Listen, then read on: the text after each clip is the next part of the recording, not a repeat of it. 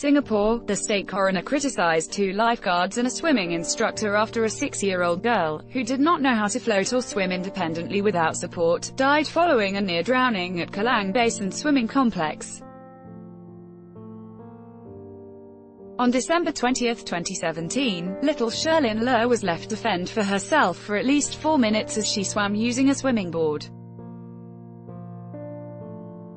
Her instructor, Mr. Yocha Wishuan, had led her to the pool's midpoint during her 7 p.m. lesson before allowing the girl to swim to the edge. But he then turned away to focus on his other students, aged 6 to 8 years old. Of the 2 lifeguards near the teaching pool, one was busy on his mobile phone while the other spent time arranging chairs. In an inquiry into her death on Tuesday, April 2, State Coroner Kamala Ponampalam said, the lifeguard should not be distracted by the use of his personal devices or idle chit-chat. He should never leave his post unguarded. Drowning is known to occur quickly and quietly between 20 and 60 seconds. She also noted several lapses in Mr. Yo's management of his lesson, saying his class formation was poor. At several points in time, more than one student was out of his line of sight. Ideally, the child, especially one who is not an independent swimmer, should be within arm's reach, added the state coroner, who found Sherlyn's death a tragic misadventure. Although the girl's mother was seated on a nearby platform to keep an eye on her daughter, she too became distracted by her phone and when she turned to speak to other people. Moments after Mr. Yo turned his back, the 1.11 meters tall Sherlyn went under in a pool where the water's depth was between 0.8 meters and 1 meter. She died in hospital on January 9 last year from a lack of oxygen and blood flowing to the brain following the near drowning.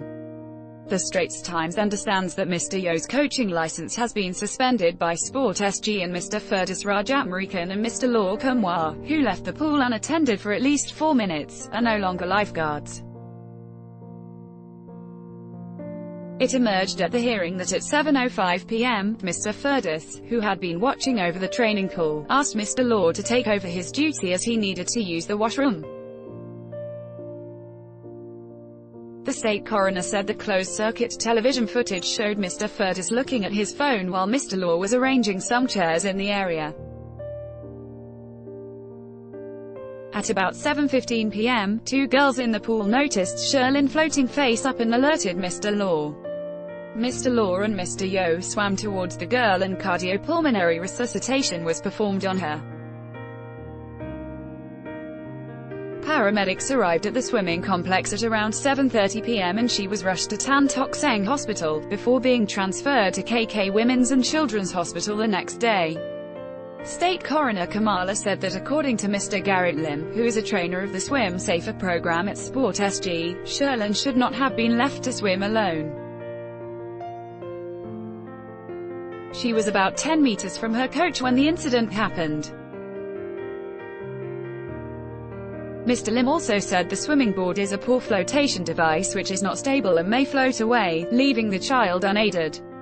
The state coroner added, children, in particular, need constant supervision around water, which cannot be done if the coach is not able to see them. Sherlyn's family members were in court on Tuesday but they declined to comment.